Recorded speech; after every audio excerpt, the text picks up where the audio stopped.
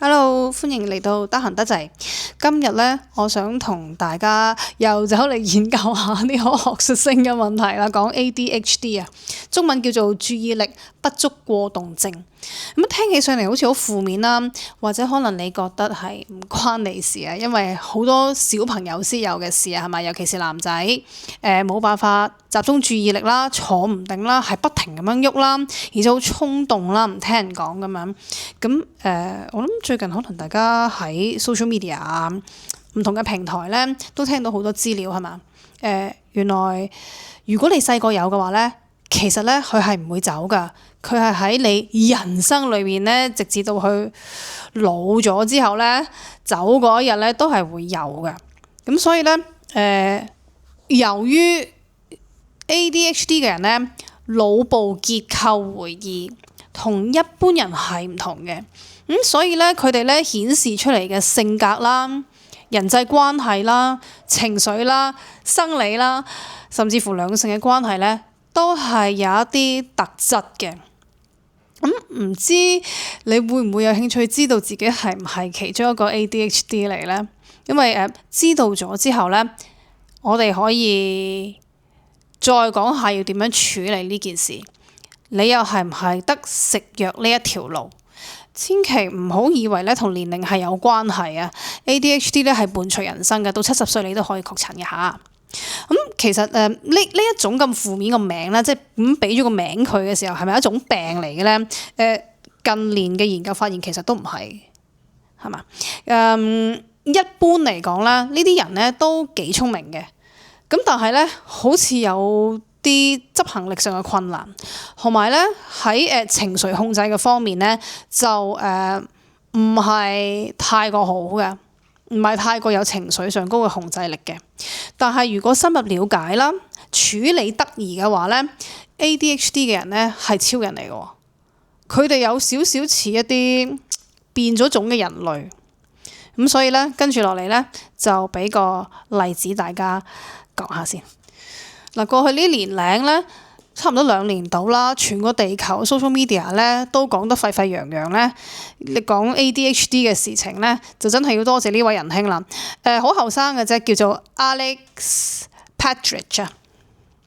咁佢係乜水咧？其實佢最近就周圍喺各大媒體嗰度講 ADHD 啦。不過其實原來咧，佢好早咧就已經白手興家，自己已經係一個億萬富翁嚟㗎啦。咁點解咧？原來咧，當年咧呢個位後生仔咧，因為俾女飛，咁咧佢就咧要決定咧創一番事業咧，就贏翻呢個女仔嘅芳心翻嚟。20歲啫，好 man 啊，係嘛？靠行動嚟證明啊，我係有用嘅咁樣，等你唔好離開我咁樣，翻嚟我身邊。咁於是咧，佢21歲嘅時候咧，就喺網上面咧創立咗一個叫 Lad Bible（LAD Bible） 嘅平台啦。哇，風魔一時揾好多錢嘅。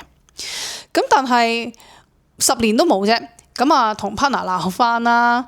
咁啊，講嘢咧就非常之具爭議性啦，惹官非啦。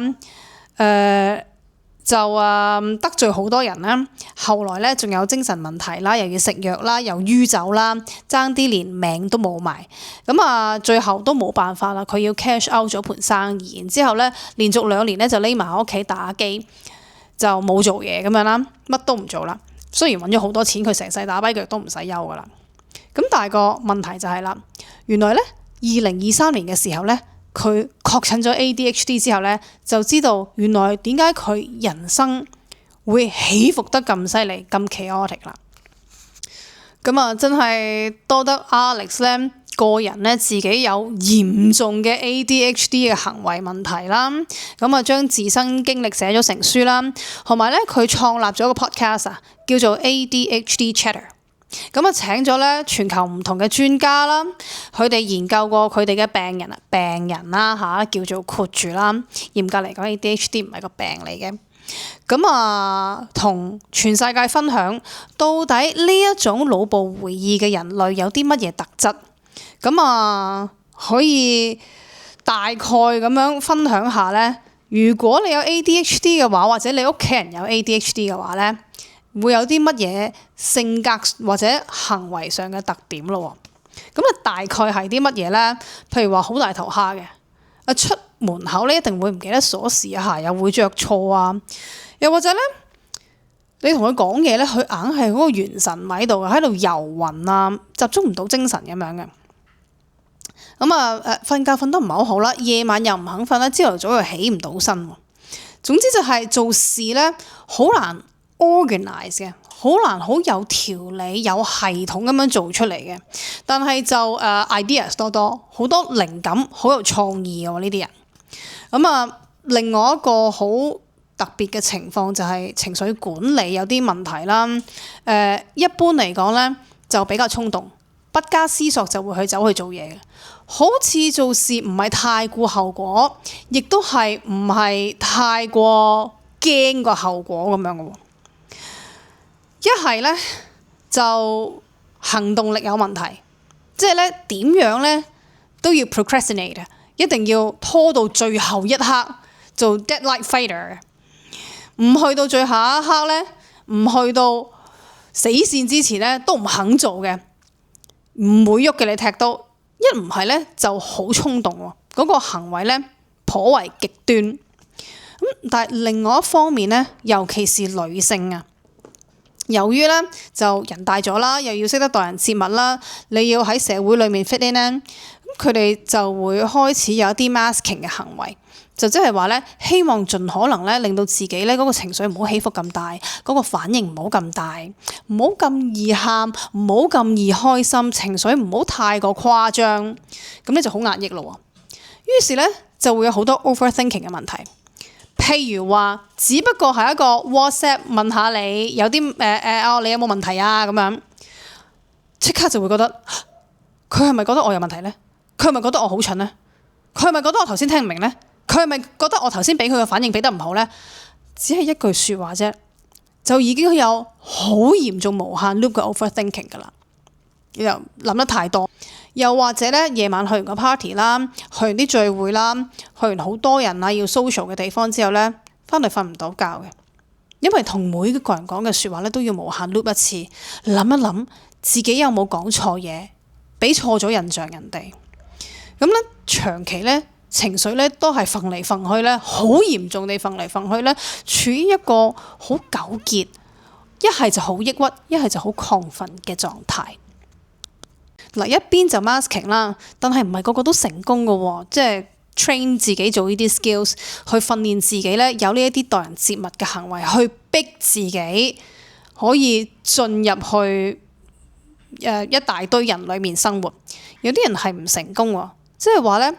佢哋嘅情緒啦，或者佢哋諗嘅嘢咧，就唔能夠喺適當嘅時間咧得 break 啦，就停一停諗一諗啦。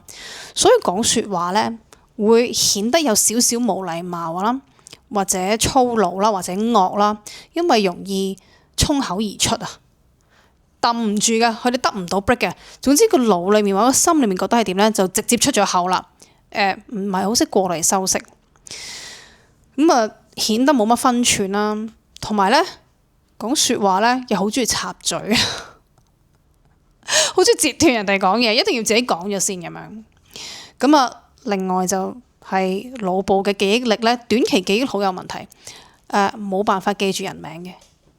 又或者咧，你呢一刻咧，只係用5秒嘅時間記一記個電話號碼或記一記個 number 咧，都做唔到嘅。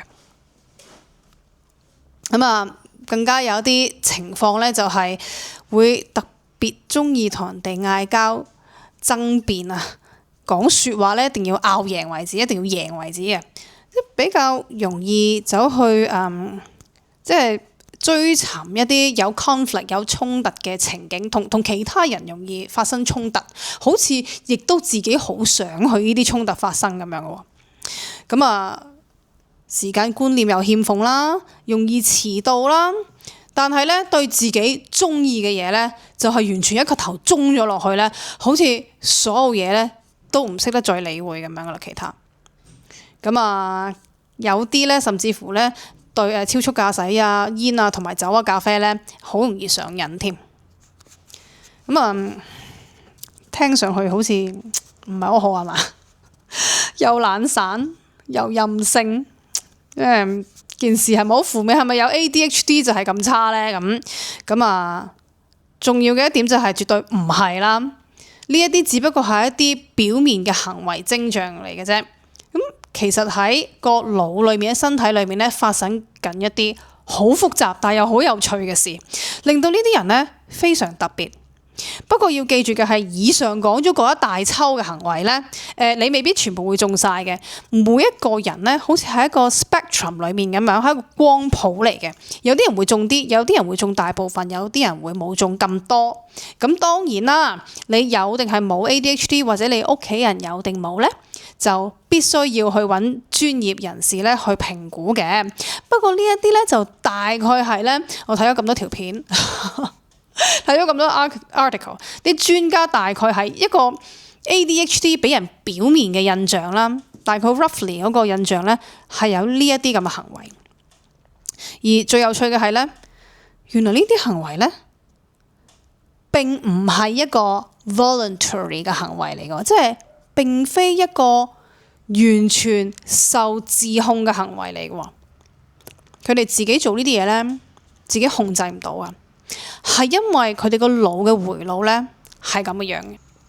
基本上咧可以肯定嘅係，幾乎所有嘅專家一致認為，若然你係一個 ADHD 嘅話咧，以上嘅行為咧係接近冇可能純粹用意志力去改變，佢會跟隨你嘅一生。咁因為呢一個係一個大腦結構嘅關係。不單止大腦 physically 嘅結構係關係，係會引致你有啲行為，仲要係裡面嘅化學反應都會引致你有呢一個行為，所以冇得話用一啲意志力啊或者行為改善嘅方法，一啲 therapy 嘅方法咧去處理呢啲事啊。咁點算咧？係咪成世都係咁咧？咁我哋睇埋落去個成因之後，先至再傾點算啊。首先呢，就係結構上高呢，原來呢 ADHD 嘅人呢，大腦前額葉呢度叫 prefrontal cortex。咁佢係愛嚟做乜嘢呢？佢係我哋呢成個大腦嘅指揮官嚟嘅。咁大腦有好多唔同地方負責唔同做嘅嘢嘅。咁你知道喺生理上嘅需要，譬如話你肚餓啦，你驚啦，你想要個瓦遮頭啦，呢一啲衝動咧係即刻撻出嚟，即刻衝出嚟。咁你個大腦呢個前額葉咧就係負責咧去安撫佢哋，去判斷乜嘢重要，乜嘢緊張，乜嘢係要首先要做嘅，乜嘢係 priority。咁你要去處理呢個做 decision making 嘅情況咧，你要做決定嘅情況咧，就係靠呢一個大腦前額葉嘅。咁 ADHD 嘅人咧，呢一個位咧，嗰個發育咧係有啲遲緩嘅，尤其是係男性喎。男仔咧，如果有 ADHD 嘅話咧，佢哋呢一個位發育嗰個時間咧，要遲過其他人咧，最嚴重嘅係可以去到10年嘅。佢哋比較遲，叫做成熟啲啦。所以咧，做事咧要有條理，同埋經過深思熟慮之後咧，先至作出決定咧。ADHD 嘅人咧係要遲少少先至有能力做到嘅，因為佢哋要指揮咧呢個功能啊，遲啲先至會變大啊。前額葉呢個位。另外就係呢一個前額葉咧。除咗負責自我控制能力之外咧，抉擇啦，仲要咧有安排事情有條理咧。要 make plans 啊，要做一啲計劃嘅話咧，都係靠呢個位嘅。佢哋就遲過正常人先至可以做得到。另外就係一個叫做 DMN 啦，叫 Default Mode Network 啊，嗰個成個系統咧就係令到咧平時嘅人咧休息就休息㗎啦。ADHD 嘅人唔係咁樣啊，休息嘅時間咧，即係佢哋嘅身體靜止落嚟嘅時候，攤喺 sofa 咁樣啦。佢哋個腦咧係更加活躍嘅，即係佢哋唔喐嘅時候咧，諗嘢更加多，腦部更加活躍，而佢哋嘅五感啦，眼耳口鼻咁樣啦，喺環境外邊咧接收嘅信息咧，會比一般人多啦、廣泛啦，同埋強烈嘅。咁所以當佢哋咧喺身體靜止落嚟嘅時候咧，唔敢對外面環境嘅信息咧收得超多，嗰個感知好複雜、好廣闊，咁你就 plunge 咗，你就湧咗好多資訊入個大腦咧，就仲要繼續分析落去啦。呢件事咧係不能自控噶。咁佢哋諗嘢咧，個樣喺度休息緊嘅時候咧，其實個腦啦或者個情緒咧係喺度爆炸緊嘅。咁所以呢啲人咧休息唔到啦。咁呢個係一個生理結構嘅分別。嗱，第二樣咧就係佢哋有兩種荷爾蒙或者叫做神經傳遞物質咧，一個叫做多巴胺啦，我哋成日都聽啦。另外一樣咧叫做norepinephrine 啊，叫做去甲基腎上腺素咧，兩樣都係比正常低嘅。咁但係個後果咧就比較明顯啦，比較重要啦 ，impact 得一個人嘅行為。咁點解咧？我哋首先講咗多巴胺先。咁喺呢一位係Steven Bartlett 啦。佢係應該係 Diary of CEO 嘅節目主持人啦。咁佢又請咗一位咧好勁嘅嘉賓上去，叫做 Anna Lambert。咁佢係邊位咧？佢係史丹福精神病學教授啊。咁咧亦都係咧嗰個成癮同埋藥物診所嘅主管嚟嘅，喺史丹福。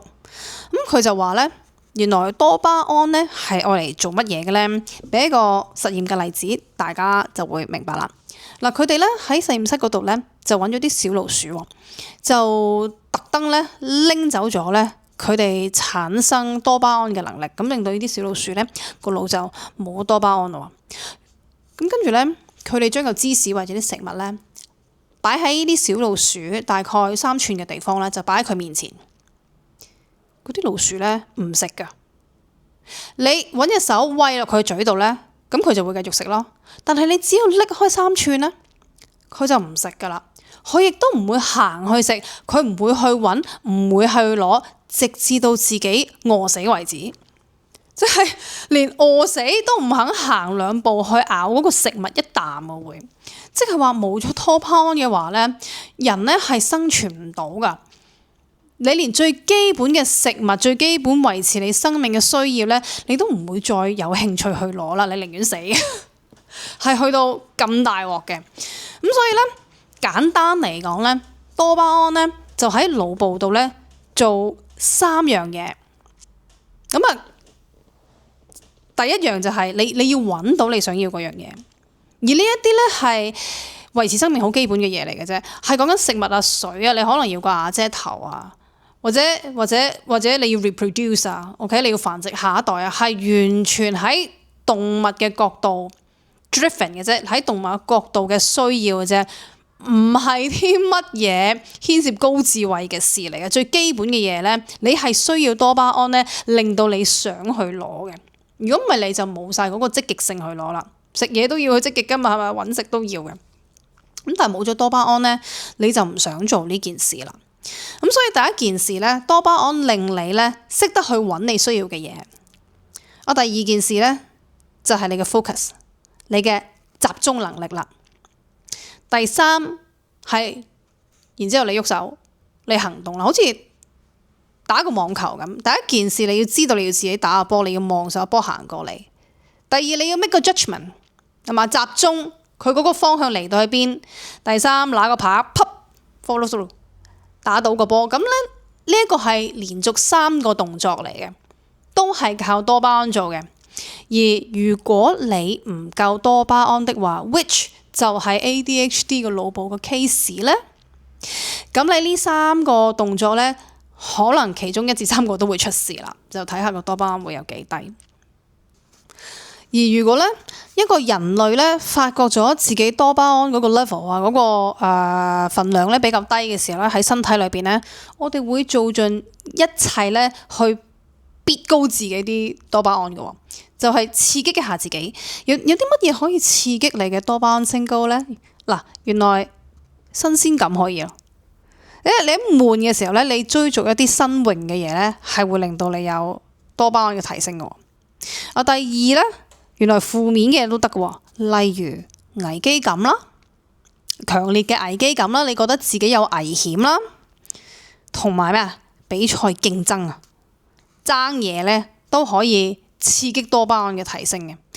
每一次你覺得你自己好悶嘅時候咧，或者你覺得你有需要增加多巴胺嘅時候咧，都會揾呢一啲新鮮感啊、危機感啊，特登咧就係為咗拱高你體內嘅多巴胺，令到你腦部咧有翻呢一個令你賴以為生嘅行為咧得以延續嘅。好啦，另外一個咧就係去甲基腎上腺素啦，呢種亦一樣啦，又係荷爾蒙，又係神經傳遞物質嚟嘅。哇！呢一樣咧就好緊要啦，基本上就係決定住你身體嘅機能啊。佢幫你維持啲咩咧？生理時鐘啊，你識唔識醒？識唔識瞓覺？你幾時要攰咧？係佢決定噶嚇。你嘅集中力啦，即係咩意思啊？你容唔容易俾外界嘅聲音或者氣味或者影像影響到你嘅集中力？越低咧，呢一個去甲基腎上腺素嘅 level 越低咧，你就越容易俾其他嘅聲音氣味影響你嘅情緒以及集中力啦。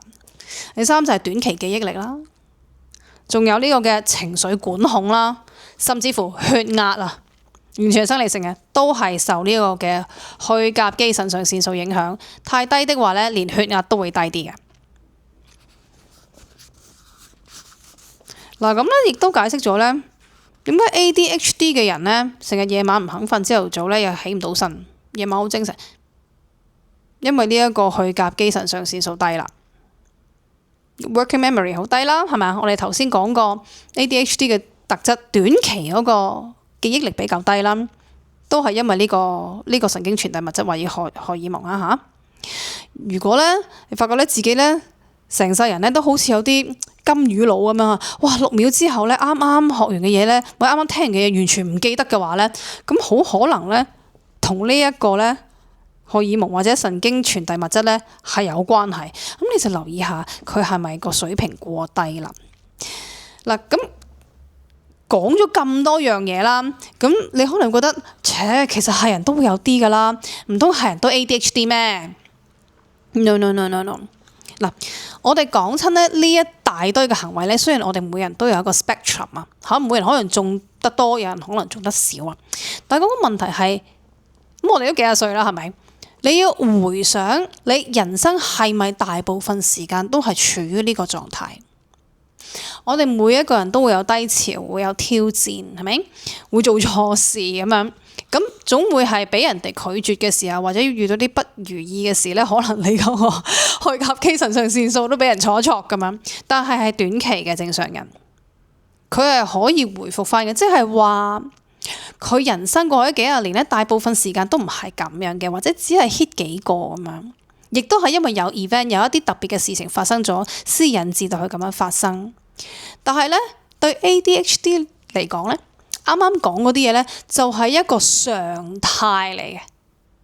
嗰個份量、嗰個時間係長嘅，而係時常都係咁嘅。即係佢哋覺得咧，我瞓醒瞓飽之後咧，好精神咧，係一啲唔係好常見嘅事嚟嘅。咁樣咧，你係 ADHD 嘅機會咧就極大啦。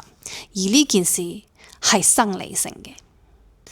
聽到呢度咧，我希望你唔好瞓覺住啦，因為咧主菜而家先嚟啊嚇，頭先嗰啲係小菜一碟頭盤嚟嘅啫，嗰啲都只不過係好片面咁樣咧形容咗咧 ADHD 嘅性格同埋行為嘅啫。因為咧大鑊嘅嘢而家嚟緊啦。咁我希望咧，即係如果你發覺咧，你自己大本身都係 ADHD 咧，可以引起你嘅共鳴啦，甚至乎可以幫到你啦呢啲資訊，因為我覺得呢個世代咧冇嘢緊要得過了解自己啊嚇！如果唔係你 identify 唔到個問題，係咪點樣解決佢咧？咁所以跟住落嚟咧，就傾下咧呢一位咧元老級研究 ADHD 嘅醫生嚟，佢研究咗喺北美洲嗰度咧已經研究啦，同埋咧係醫治咗咧ADHD 咧超過30年嘅。咁基本上過去嗰30年咧 ADHD 咧，尤其是亞洲呢邊啦，甚至乎西方嘅世界都係啦，對呢一個 so-called 嘅情況啦，唔係好認識，有好多無限嘅人咧，都俾人哋誤診咧，就當咗佢哋驚恐症啊、焦慮症啊、抑鬱症啊、呢路症咁樣咧，就唔知道原來嗰個底蘊咧係 ADHD 嚟嘅，唔係好多好專業嘅醫生識得處理呢啲事咯。咁我哋聽下咧呢位咧 Dr. William Dodson 講啲乜嘢啦。佢對ADHD 嘅人咧有個好簡單嘅評價，佢話處理呢啲病人咧係佢好開心嘅事，因為呢班人咧好得意、好可愛、好有趣，大部分嘅咧都係好聰明 ，IQ 咧大部分啦都係超過一般嘅水平。呢啲人轉數快又醒目，仲有啲咩咧？佢哋有 relentless determination 啊，佢哋有持續強烈嘅鬥志啊，不過有條件嘅。好啦，咁哪怕喺佢口中咧 ，ADHD 咧係一啲咁得意、咁特別嘅人啦。咁但係咧有幾樣嘢咧係令到呢一班 ADHD 咧冇辦法好 fully 咁樣活喺佢哋自己嘅潛能裏邊。咁點解咧？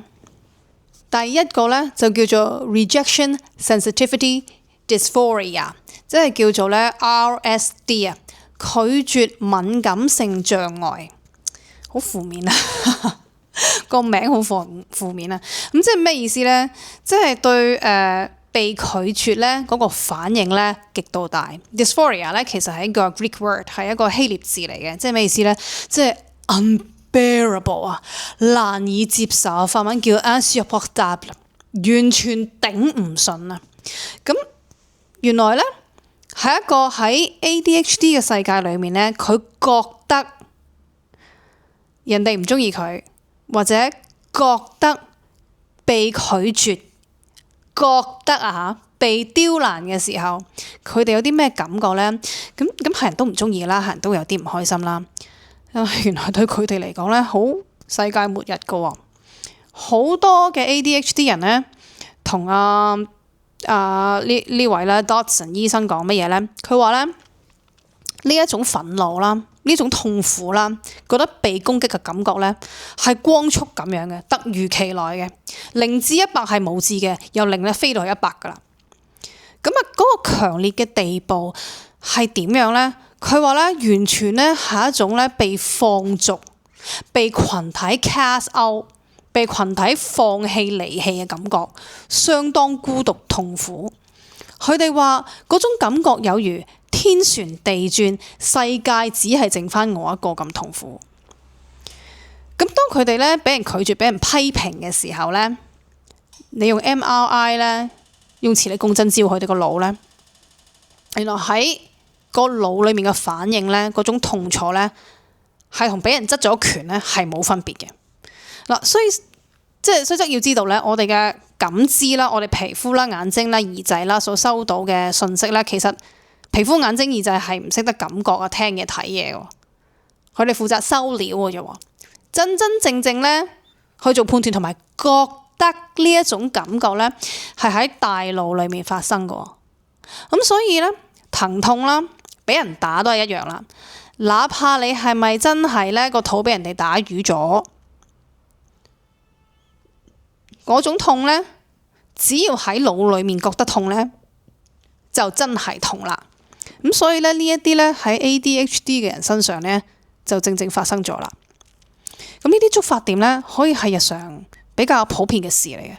譬如話WhatsApp 俾人已讀不回啦，可以好痛好唔開心啦。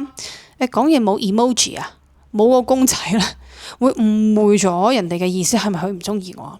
係咪佢懷疑緊我？係咪佢質疑我？係咪佢要我？係咪佢要背叛我？係咪佢討厭我？9萬幾個想法已經經過個腦海，覺得人哋咧係對佢不滿，覺得自己咧一定係做錯事啦，好好驚咁樣。又或者咧，面對面同人哋傾偈咧，人哋一個輕微嘅語言嘅嗰個語調嘅改變咧，可能係想暗示你一啲嘢咧，都已經咧有套荷里活大災難片咧喺腦裏面經過啦。咁所以咧 ADHD 嘅人咧，表面上嘅性格反應就會點咧？就會一係咧就變得好容易嬲啊，好容易憤怒，好容易會反抗啊，即刻一撻就着。咁嗰個防衛性好強啊，變咗因為好痛啊嘛，接受咗人哋嘅批評，或者人哋只係一個好小嘅笑話咁樣，想搞個氣氛咁樣咧，已經感覺到人哋攻擊你咧，咁好容易指責翻別人，就係不合比例咁樣去指責翻別人咧，去反擊啊。咁當然啦，人生如果幾廿年都係咁樣做事嘅話咧，應該同其他人唔容易相處啦，因為咁樣不合比例嘅憤怒同埋反擊咧，好傷感情啊嘛。咁但係個人咧，人哋唔會再咁容易原諒你啦，係嘛？咁有時候做咗又會覺得好後悔，但係佢哋係控制唔到嘅。咁但係另一個極端咧，就係啲咩咧？你唔嬲啦，但係就好強烈咁樣壓抑住自己嘅情感，因為好怕得罪人。咁但係咧個心裏面又好小氣喎，因為嗰啲説話喺個腦嗰度咧無限 loop 走唔到出嚟啊！嗱，咁樣亦都解釋到咧點解 ADHD 嘅人咧咁容易酗酒啊？即係佢唔係話一定係佢哋會，只係咧佢哋係特別脆弱㗎，對煙啊、酒啊或者超速駕駛啊或者咖啡啊呢一類咧，雖然唔係藥物咁，但係咧好難撇開個人，因為咧佢哋要擁翻高嗰個多巴胺，擁翻嗰個多巴胺咧，你可以用外邊咧嘅食物藥物啦，或者咧其實用一啲行為同自己講呢件事係一個危機嚟嘅，我而家喺度處理緊一個災難，咁個人咧就好容易鬥狠啦。因為唔係咁樣嘅話咧，你谷唔起個多巴胺咧上翻個腦度，所以呢一啲係一啲自我療愈嘅機制嚟嘅。咁所以咧表面上咧顯得好難相處嘅稜角咧，好可能係因為咧個腦部結構啦，同埋多巴胺嘅水平引致。咁可想而知啦，20年、30年、40年、50年都係咁樣做人嘅時候咧，會好由根本性咁樣咧塑造起一個人嘅性格啦。咁佢哋會變成點咧？一係就好避免同其他人相處，唔係好想同其他人接觸啊，因為咧覺得自己好受傷，變得好孤獨。否則的話咧，又會跳咗去另一個極端，個人嘅防衛性好強啊，好容易咧對別人咧啲錯誤咧過分放大，有好大嘅反應。咁對人生嚟講咧，一定係一件好痛苦嘅事。咁但係咁都只係其中一樣大學嘅嘢，好慘啊！繼續講落去，唔忍心講落去，仲未講到啲好嘢。咁另外有一樣咧，就係愛情嘅觀念啦。咁有研究顯示咧，ADHD 嘅人咧，比普通人咧離婚嘅機會啦，或者不能夠咧留喺一個長久嘅關係嘅情況咧，係多啲嘅。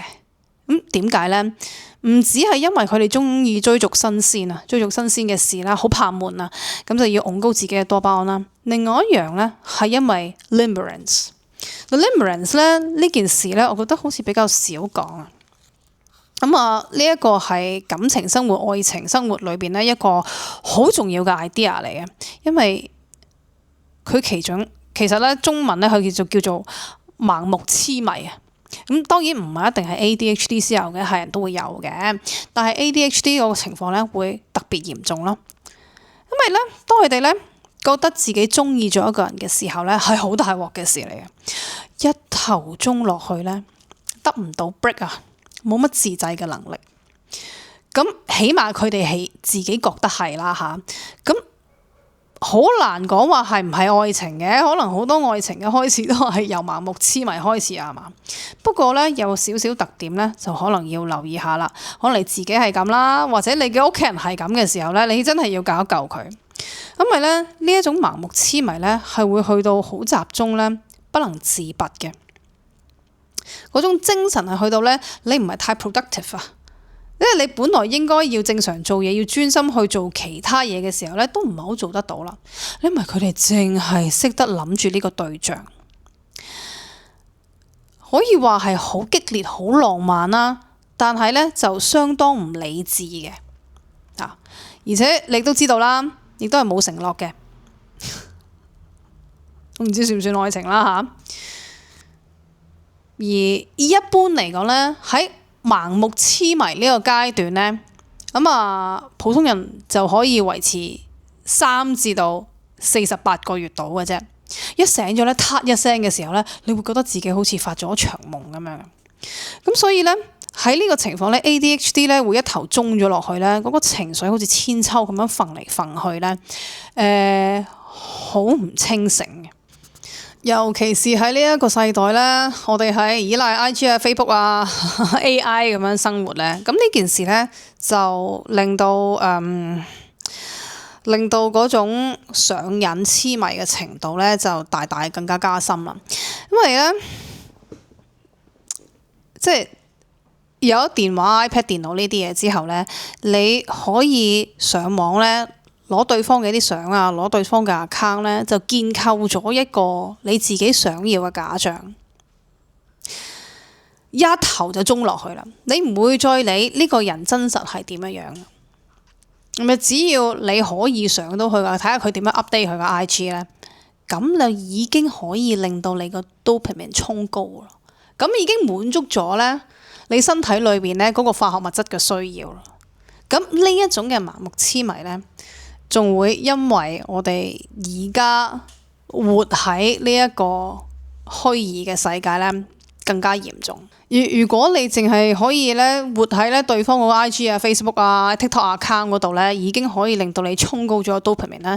咁你諗下，對真正人同埋人之間真正嘅聯繫咧，就你已經冇需要啦，係嘛？你唔需要再同呢個真人走去拍拖，揾個真人走去黐埋，然之後可以得到嗰種多巴胺，你已經唔需要啦。咁你基本上感覺就已經喺度係咁衝高啦。就活咗喺好容易黐咗喺一個咧唔真實嘅世界裏面生活啦。咁亦都要知道咧，男性咧對多巴胺嗰個高高低低咧嗰個起伏咧係特別脆弱嘅，因為佢哋會因為多巴胺嘅高低咧，令到佢嗰個戀童素咧，男性嘅荷爾蒙咧受到影響，咁直接咁樣咧衝擊咧一個男性嘅決斷力、行動力、集中力，呢個男人嘅 motivation， 即係你自 man 嗰個位咧，完全係喺呢一個 fluctuation 嗰度咧受咗好大嘅衝擊。咁變咗呢一種痴迷咧，更加容易咧中咗個頭落去咧，你出唔翻嚟。咁不過就咁，即係專家就話啦嚇，呢啲 limerence 盲目痴迷可以維持3個月至到48個月，咁大把人分結完之後都離埋啦。咁我唔知係咪真嘅愛情係啲乜嘢，就好難講得清楚嘅。咁愛是乜嘢咧？愛是不嫉妒、不自誇、不張狂、不做害羞的事，係嘛？不喜歡不義之事，只喜歡真理。凡事相信，凡事盼望，凡事忍耐，凡事唔記得做乜 Q 啦。然之後哥林多前書好似13章，幾犀利！呢啲就係氣功嘅威力啦。我竟然咁樣都記得，我冇稿㗎，我呢一度。咁所以咧，大家就要睇翻我之前嗰條片啦。得閒反逆呼吸法，增加下啲 EPO，修補下呢一啲情緒衝擊嘅創傷，係嘛？咁人都易老啲啦。如果成日都咁嬲或者咁易痴迷，係咪咁講？好繼續，我又講啲咩咧？好啦，好啦，咁呢兩樣咧，就係喺啲專家見解裏面咧，覺得咧最令人沮喪嘅事啦嚇。呢啲患咗即係有 ADHD 情況嘅人，好啦，咁但係咧，有一樣嘢咧，呢呢個醫生就講咗一樣我都幾唔同意嘅事。佢話其實呢啲咧唔係真嘅。佢話呢啲咧係 ADHD 嘅 perception 嚟嘅啫。根據佢30年嘅 practice 咧，佢就成日都勸佢啲病人話：哦，呢啲係你 perceive 嘅嘢，perceive 係咩？係你嘅感知嚟嘅啫，係你嘅洞察嚟嘅啫，唔一定係真㗎。咁佢會咁樣勸佢啲病人咯。咁啊，今時今日阿姨又好大逆不道，好無知咁樣喺度唔同意一個咁權威嘅醫生啦。咁我哋一講到 perception 嘅時候咧，咁我哋講到感知同埋洞察力嘅時候咧，咁就要分享翻下我而家練氣功嗰個情況啦。嗱，我練氣功嘅咧係練自發五禽功，係企喺度啦，用一啲方法咧觀察丹田之後咧，然之後咧牽動起個氣咧，令到肢體自己曉喐嘅。你上堂嘅時候咧，嗰個阿 Sir 都走嚟同你講啦。嗱，做氣功咧，第一件事你要咩咧？你要信佢，你要信佢真係存在，同埋你要愛佢，你要對佢真係有意思，要去接納佢。咁其實咧就係一種 perception， 你要 perceive 佢，你要感知佢真正嘅存在。如果唔係，你做唔到㗎。咁講。咁但係呢個唔係淨係我自己呢幾個月嘅經驗啊，我日日都得㗎噃。咁到底我學氣功之前同埋之後，我轉咗嗰個感知力之後，有啲咩分別呢？點解我肢體會自己喐嘅呢？而且唔係淨係我，其他同學都得㗎。我記得我上堂咧，我完全做唔到啊，因為咧隔離啲同學喺度叫喺度喐咧，你忍唔住咧碌大隻眼望住佢，哇！咁點解會咁樣啊？咁你好驚訝、好驚又覺得好新奇咁樣。直至到你自己喐嘅時候咧，你先至真正經歷到咧，原來我身體仲有一部分咧係我從來未接觸過。咁呢種感知，如果我當初拒絕咗，唔係真嘅咁我就做唔到氣功啦，係咪？第二樣咧就係咧，我走去跟一位老師影 orbs 啊。咁咧呢位咧就係Stan Ho 先生啦，中文本書佢叫天啟啊，佢就寫咗本書叫 Another Reality， 就話咧會見到一啲咧一個咧光球咁樣嘅，眼係見唔到嘅，咁就一定要揾咧相機先影到嘅。而你未上過佢堂咧，你未擁有嗰個 perception 咧係影唔到嘅喎。你上完佢堂之後咧，你明咗啦，你 perceive 呢件事，你先會影到嘅。咁講，聽上去好似好奇怪啊，係嘛？但係呢件事唔係淨係喺我身上面發生過，喺其他同學身上面都係咁喎。佢哋都係話我未跟過呢個阿 Sir 上堂之前咧，攞乜嘢相機你都係唔會影到一個光球啊。我係上完堂之後嗱，by the way，佢上堂咧就好誇張嘅。一個 lecture 7粒鐘，乜都要 perceive， 好辛苦嘅。咁但係咧，經過咗呢幾粒鐘之後咧，你要問你自己，我只係轉一轉咗個 perception 啫。我拿起部機影嘢，點解會有影到同埋影唔到嘅分別咧？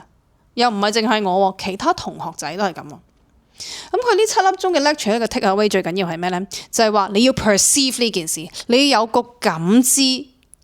有呢件事嘅存在咁你就會影到一啲咧有光球嘅相啦。咁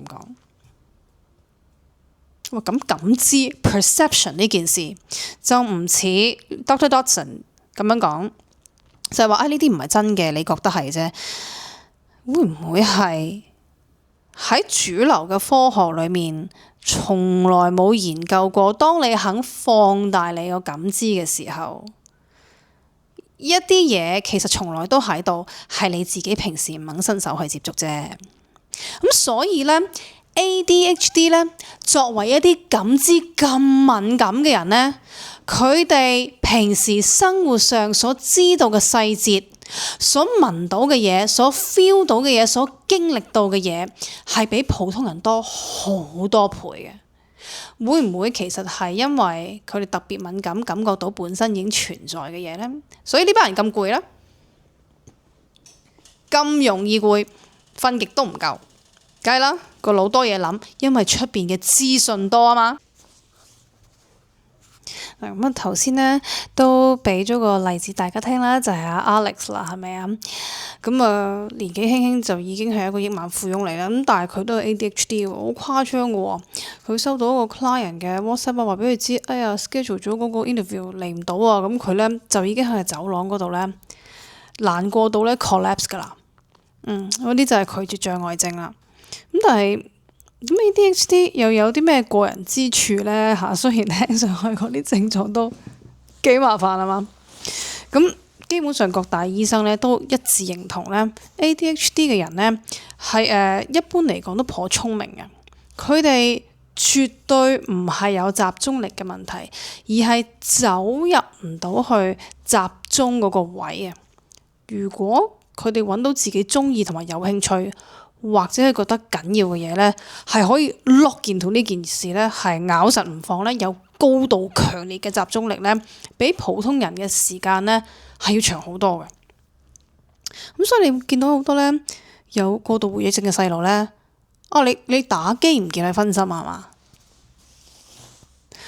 好多都係咁樣嘅喎。咁所以咧，如果你係有 ADHD 或者你屋企人有嘅話咧，咁其實係好緊要揾一樣咧，佢真係好有興趣嘅嗰樣 topic，佢哋會鍥而不捨咁去鑽研嘅。唔止對 topic 啦，亦都係對人啦。咁所以喺戀愛嘅過程裏邊咧，佢哋又係對住個目標咧死咬唔放嘅。呢啲咧係一啲 laser focus 高度集中力咧，鍥而不捨嘅精神咧，喺 ADHD 裏面好 common。咁另外就係咧，所有嘅專家一致認同咧，佢哋有好強烈嘅 pattern recognition，即係有一啲模式辨認嘅情況，有一啲似啲好先進嘅電腦啊 AI 咁嘅嘢。喺普通人眼中咧，見到風馬牛不相及嘅嘢咧，佢哋可以連起一齊咧揾到線索㗎。咁所以有一啲咧，做 IT 嗰啲咧係特別叻啦，或者譬如話咧，佢哋係喺急症室裏邊啊，要應付一啲危機嘅工作咧，其他人諗唔到嘅情況咧，佢哋都可以諗得到啊，特別有創意嘅呢啲人。咁啊，最後一個就當然就係喺一啲大家都好紛亂啊，或者好突發嘅事情咧，普通人咧就好 panicky 啊，唔知點算，好驚嘅時候咧，佢哋 function 得好好啊。因為有危機就即刻拱咗個多巴胺上去啦嘛，即刻好清晰㗎落個腦袋。咁佢哋咧一般嚟講咧相對冷靜，同埋咧係可以做到決策嘅呢啲人。咁所以你會見到咧呢一啲咁聰明嘅人咧，好多時候咧講啲 chit chat 啊或者普通人嘅話題咧不感興趣，或者咧好唔耐煩，因為咧好快已經諗到咧。你其實下一句想講啲乜嘢？係因為咧轉數好快，成日插嘴咧，望上好似好冇禮貌，係因為咧佢哋嘅 working memory 唔係好驚唔記得啊，所以咧好想盡快點出個重點。咁所以喺呢啲情況之下，其實係咪個個都需要食藥去處理咧？即係除非真係嗰啲情緒 spin 到好嚴重啦。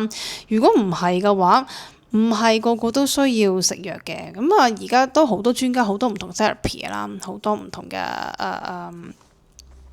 治療嘅方法咧去處理呢啲事啦。咁但係咧，我喺呢一度咧就唔係想講呢一樣嘢。我想講嘅係咧，絕大部分9成9咧喺所有嘅 social media 咧喺 YouTube 度咧睇嘅所有呢一啲資料咧，其實咧。似乎唔係好重點喎，又或者係咪好似有啲故意轉咗個 focus 咁咧？我感覺咁個個都喺度講多巴胺啊，喺度形容呢啲人嘅性格啊。我想講咧 ，ADHD 喺70年之前咧，其實已經有解決辦法嘅。呢一個咧，醫生叫做 William Kaufman， 喺1940年代咧。佢本來係研究處理關節炎，去研究呢一啲病人咧缺少咗啲咩營養可以好返，可以醫返好。原來咧就係用高劑量嘅維他命 B3，即係 niacinamide 呢隻維他命 B3 咁啊，當然要加其他嘅營養啦，其他嘅維他命啦，咁咧就幫助好多病人好返。而過程之中咧，佢發現呢件事咧可以醫好 ADHD 嘅，係咪突然間峰迴路轉啊？講咗成粒鐘係嘛？我有冇？嗱，頭先嗰啲咧，全部都係各大專家喺 YouTube 話俾你知，一個人嘅腦袋有幾回憶啊，有幾多多巴胺啊。